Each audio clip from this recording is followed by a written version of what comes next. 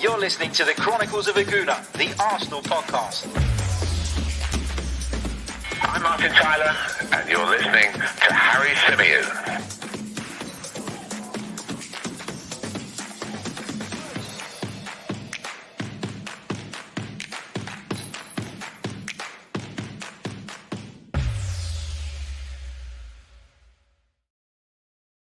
Hello and welcome back to another live edition of the Chronicles of a Gooner, the Arsenal podcast, brought to you by 90 Min. As ever, I'm your host, Harry Symeou, and on this edition, we're going to be discussing the latest transfer news. We're going to be bringing you updates on Ruben Neves. We're going to be talking a little bit more about Aaron Ramsdale. We're going to be discussing the futures of Ainsley Maitland-Niles, Reece Nelson as well. And I know it feels like we're kind of talking about the same players over and over again, but there have been some updates this afternoon, or some reports at least, that suggest there have been some updates with regards to some of those players that I've just mentioned. Big hello to everybody watching us live at the moment, and a big hello, of course, to those of you listening back to the show via the audio platforms. If you are watching live or watching it back on replay, whatever the case is, if you're on YouTube, hit the like button, subscribe to the channel if you're new.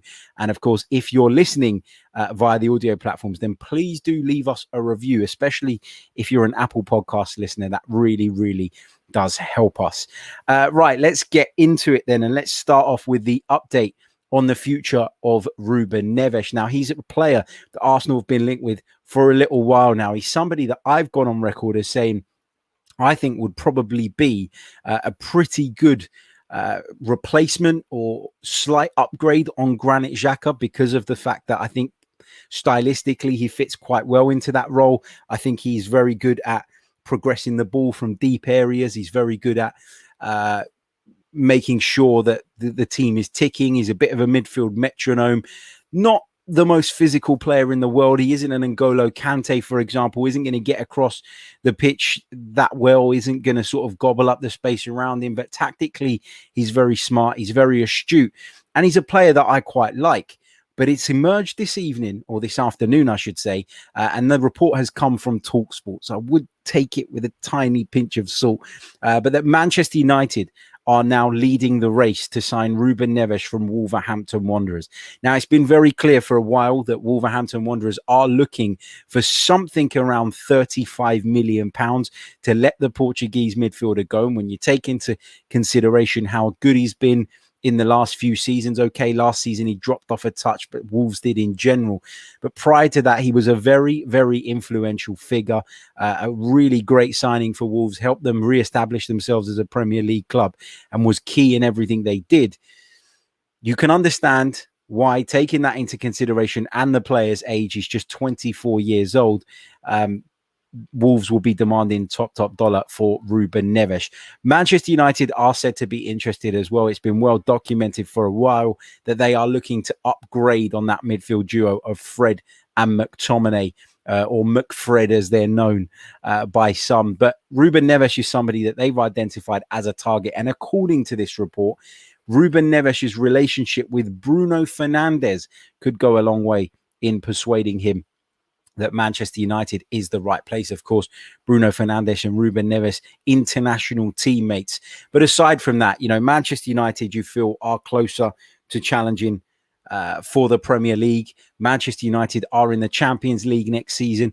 And all of those things, you know, they add up. I'm sure Manchester United could probably blitz Arsenal in terms of finances as well, in terms of what they're going to pay the player on a weekly basis. So, yes, Arsenal have that advantage in terms of being able to use the London appeal when bringing players in.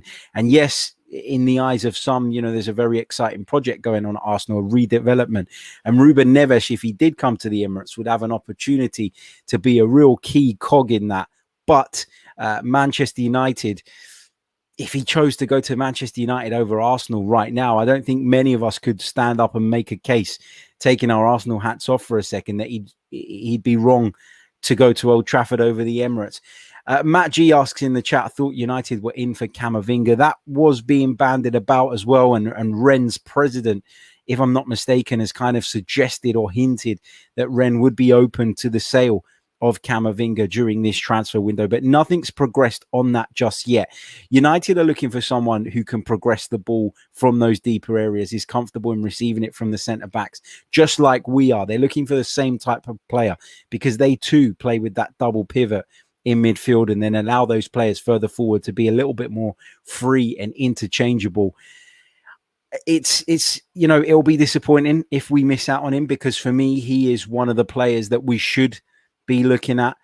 I think Arsenal are in this situation right now where there are a number of options.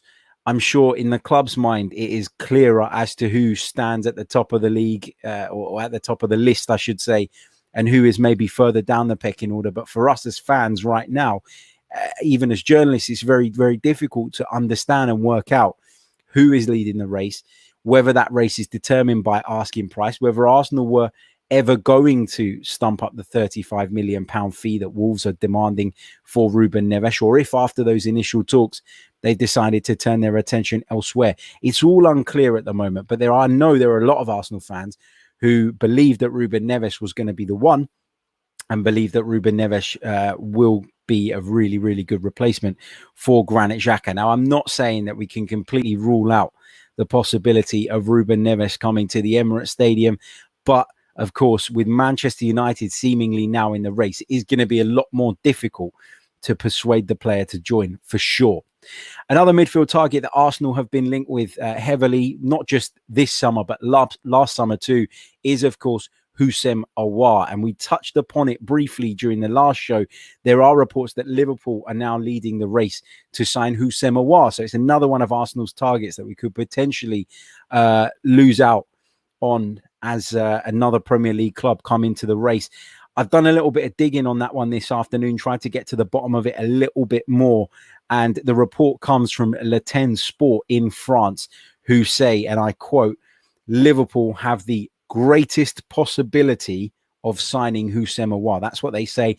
They also talk about Lyon reducing the asking price, which we already knew. Again, it's a source that I would advise you approach with caution, because they have in the past made claims that have proven to be completely wide of the mark. But it does seem like Liverpool are in the race for Houssem Aouar as well. And we also touched on rumours of contract talks between Liverpool and Jordan Henderson breaking down as well, or maybe being at a bit of a stumbling point, a bit of a brick wall. And that would kind of fit in with the narrative, wouldn't it, that Liverpool are looking to increase their options and enhance their options maybe, or prepare for life after Jordan Henderson in midfield. So that's where we are on the midfield. Moving on to Aaron Ramsdale. Now, we talked a little bit earlier on about how, in my opinion, Aaron Ramsdale is not worth £30 million. I would be quite disappointed if Arsenal were to assign such a significant portion of their budget. £30 million is not to be sniffed at, especially at a time like this, to basically bring in a goalkeeper that I don't even think is better than the goalkeeper we currently have at number one. Now, is there a chance that if Arsenal are doing this, that it means maybe Bernd Leno has indicated that he wants to leave the club, or that Arsenal are looking to move him on? Perhaps, but there's no kind of report at the moment that suggests that to be the case. And so you can only assume right now that Ramsdale is being brought in to compete with Bernd Leno, in which case, why do we need to spend £30 million on a goalkeeper who probably is going to find himself as the second choice? According to TalkSport, again, they say that Arsenal are lining up a £30 million offer for Aaron Ramsdale. Now, Aaron Ramsdale, I mean, they also go on to say that Arsenal have had 2 offers rejected already, and whether they were formally submitted offers or whether they were testing the water is unclear. But Aaron Ramsdale at £30 million is not something I can get behind. I don't see it. I don't see the appeal. I really don't. And if he does join the club, of course I want him to succeed, and of course I'll back him and I'll support him. But it's just really, really difficult to look at that as a potential bit of business and say, yeah, I can fully understand that. I talked about Tammy Abraham earlier, and while I repeatedly said I wasn't 100% convinced about that one, and the fact that Chelsea would be essentially demanding £40 million, I could make a case for Tammy Abraham being worth that. I could make a case for Tammy Abraham coming in and giving us a different option, in the forward positions, but I can't make that case for Aaron Ramsdale. I know he's homegrown. I know he's English. I know all of that stuff, but it just doesn't feel like a good enough reason for me to justify Arsenal going and paying £30 million for Aaron Ramsdale. And listen, I'm not one to kick up a fuss about transfers before they've happened. I'm not one to kind of be outraged by a deal that I don't necessarily think is the right one before it happens. I am quite level-headed. I like to think I do like to see how a player gets on before casting a judgment on whether or not it was the right signing, it was the right deal, it was the right move. But when it comes to Ramsdale, I do feel like this. I do feel like this is one that, it just doesn't make sense to me. But again, I guess with all transfers, you'll see when the player comes to play for you, the proof will be in the pudding, won't it? But I mean, as Chris points out as well, we paid far less for Bernd Leno, who I would argue was at a much better, much more advanced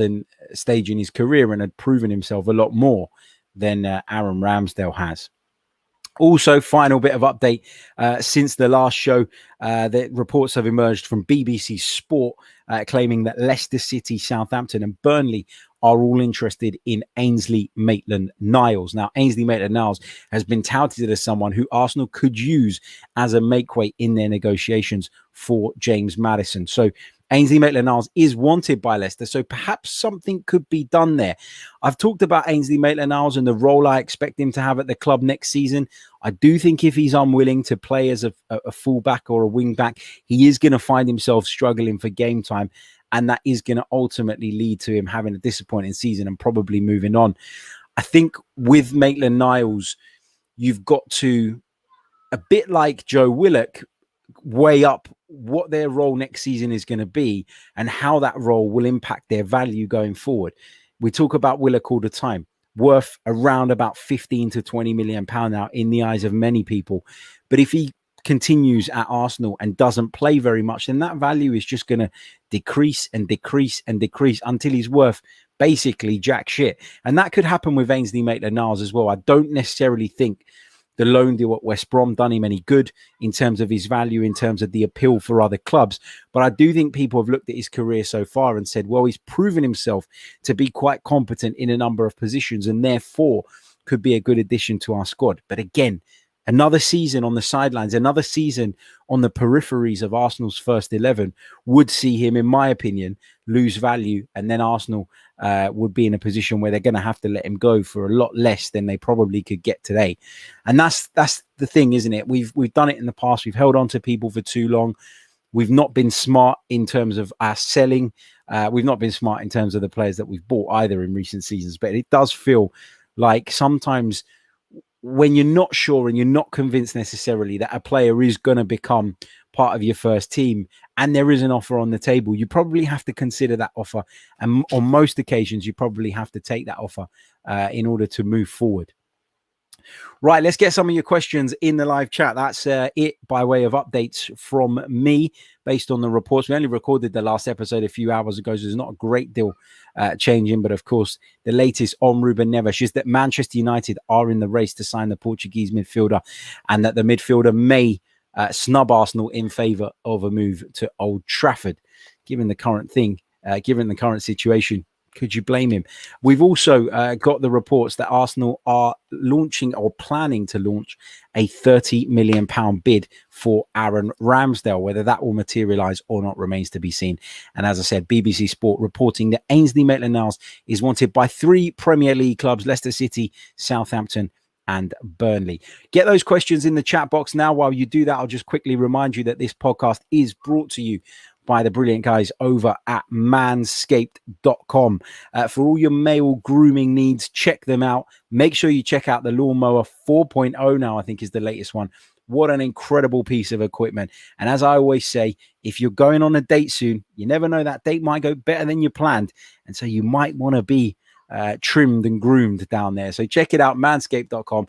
And if you enter our discount code, which is 90min20, you'll save yourself 20% on your total order, as well as free shipping. So you could actually save yourself a fair chunk of money. Manscaped.com, check them out. We thank them for their very kind sponsorship. And yeah, let me know if you do get involved, and love a few product reviews, because there's a few products on there that I haven't got yet and I'm considering. But I'd love to hear some reviews first. Right, let's go over to the chat box, because there are a few questions coming in. Let's pick some of these up. Amaya says, is Ramsdale good with his feet? I don't see Arteta or Edu going for him unless he's the profile of player they are looking for.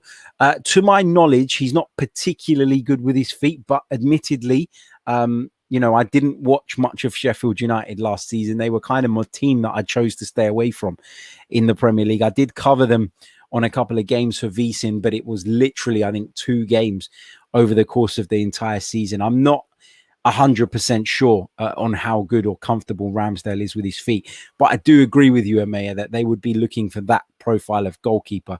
And so I think it'd probably be fair to assume that, at least in Arsenal's eyes, he is someone capable of that side of the game. Omar says, what do you make of the Jordan Henderson rumours? Yeah, there were some rumours coming out today.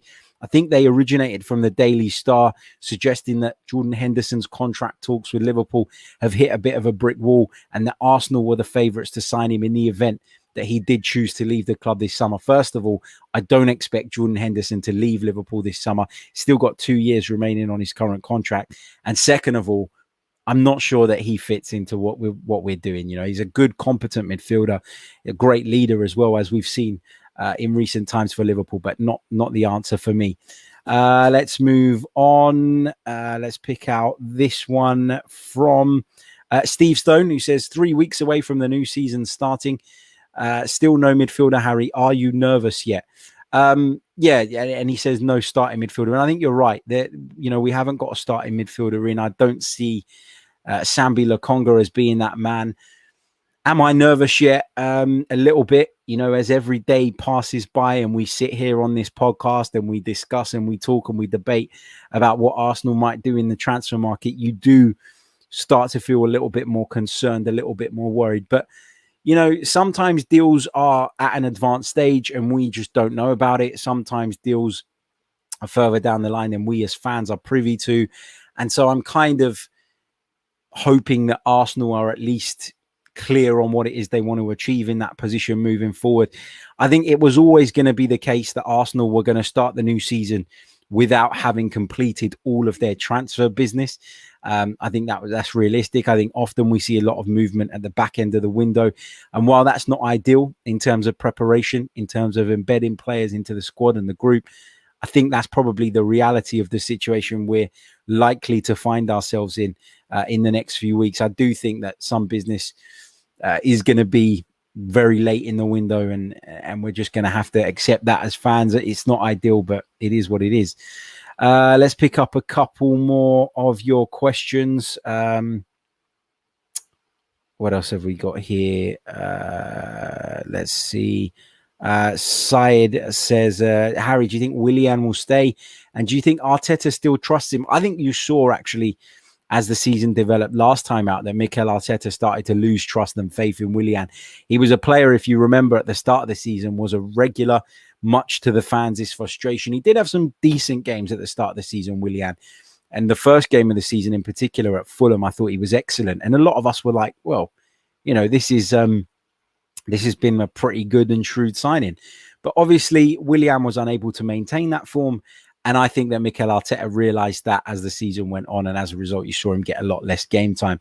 Came on off the bench, quite frequently, but wasn't a regular starter. So in answer to your question, I do think Mikel Arteta has lost faith in Willian. And I don't expect him to be a starter next season. Not at all. What else have we got here? Josh Hunter says, do you think we need Aouar and another high-profile centre midfielder because of the African Cup of Nations, leaving only Sambi, Aziz and Willock if he stays? The African Cup of Nations is something we've got to consider, of course. But it is a 1 month period. And that's assuming that team that our players are playing for goes all the way in the competition. I do think that you've got to consider it. But I don't think you should base your recruitment around it, because I think over the course of the season, you'd rather have the right players within your squad and be without a couple of them for, 3-4 weeks at maximum, than buy the wrong players just because they're not involved in the African Cup of Nations. So I think you've got to find that middle ground. It is a bit of a concern. It is a bit of a worry, but I don't think, if I'm honest, that it will be too big an influence on Mikel Arteta's plans. Lundbergkamp says, why would we want to spend 30 million on Ramsdale and not 10 million on Onana, who's better? Does this make any sense to you, Harry? No, it doesn't. I would have liked to have seen Andre Onana come to the club. I've got to be honest. And it looked at one stage like that was a real possibility. It doesn't make sense to me to spend 30 million pound on Ramsdale. I cannot, for the life of me, understand why Arsenal would think that he's worth that sort of money. Again, you kind of got to consider the fact he's English, he's homegrown and all that, and that adds a premium. We all know that. But how much of a premium can you allow it to add? How much can you be bullied into paying over the odds because of that fact? Not enough, in my opinion, to justify signing that goalkeeper. I didn't really rate him before he went to Sheffield United. I didn't really rate him during his time at Sheffield United. And it's not just because Sheffield United were poor. You look at Sam Johnston, who was at West Bromwich Albion. Again, not someone I'd want to see Arsenal sign necessarily, but someone who did shine in a poor team. Aaron Ramsdale didn't do that. He was nowhere near doing that for Sheffield United. And that's what surprises me about this. It really does. What else have we got in the chat box? I am just picking questions at random. I'm going to do a couple more. Roy Eaton says, do you think the lack of movement in midfield is because they are holding out on the Locatelli and Odegaard situations?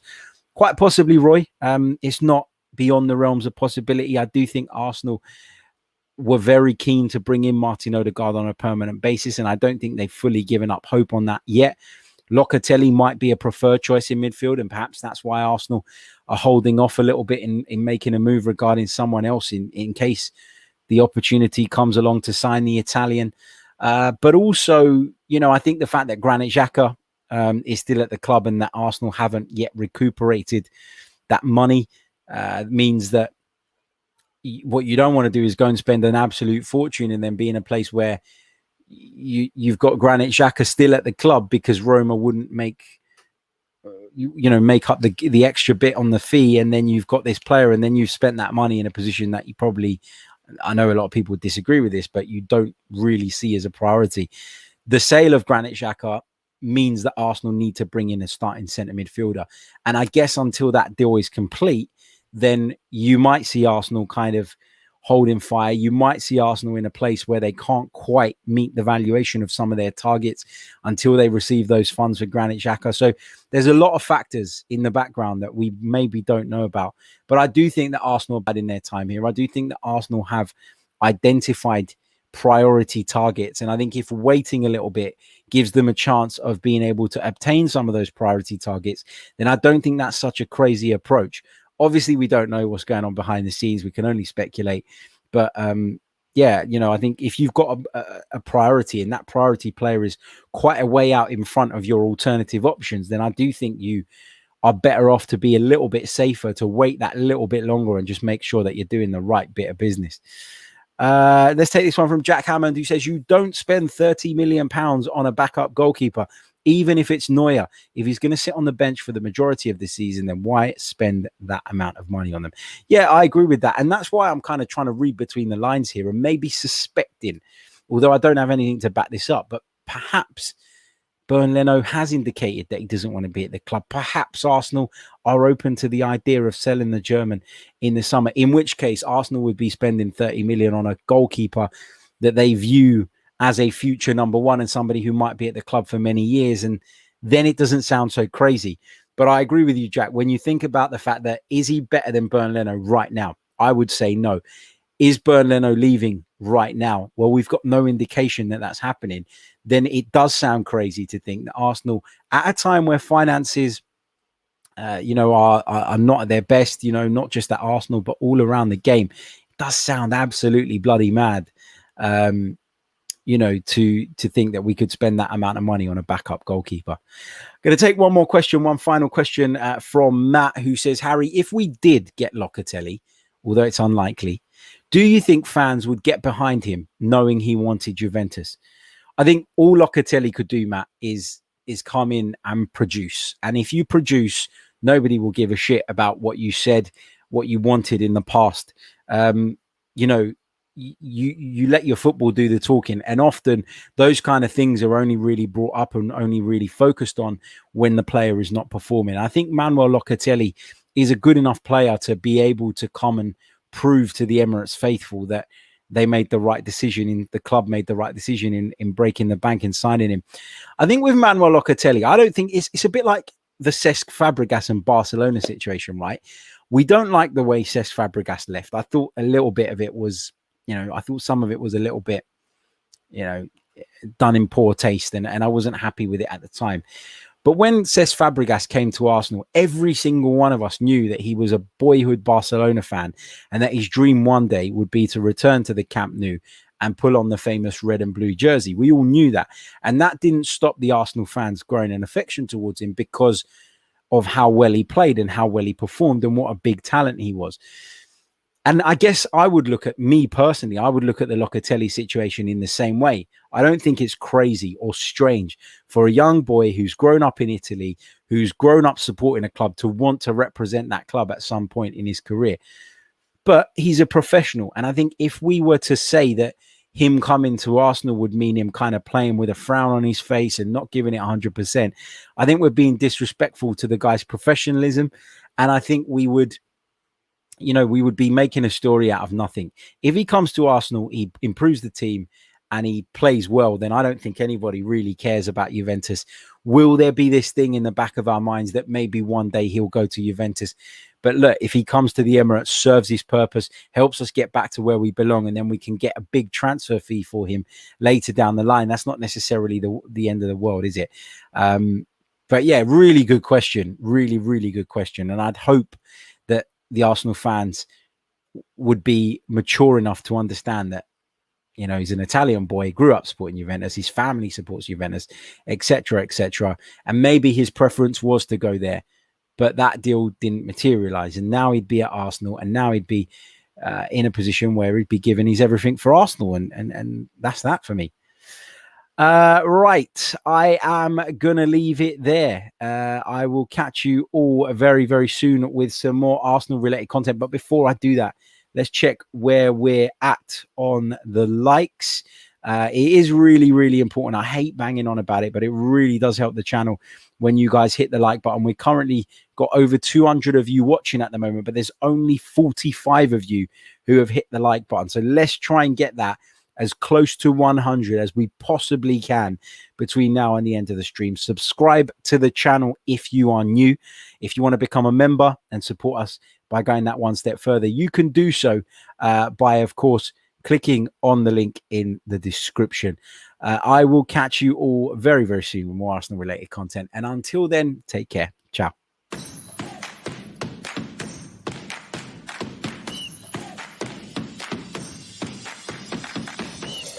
You're listening to the Chronicles of a Gooner, the Arsenal podcast.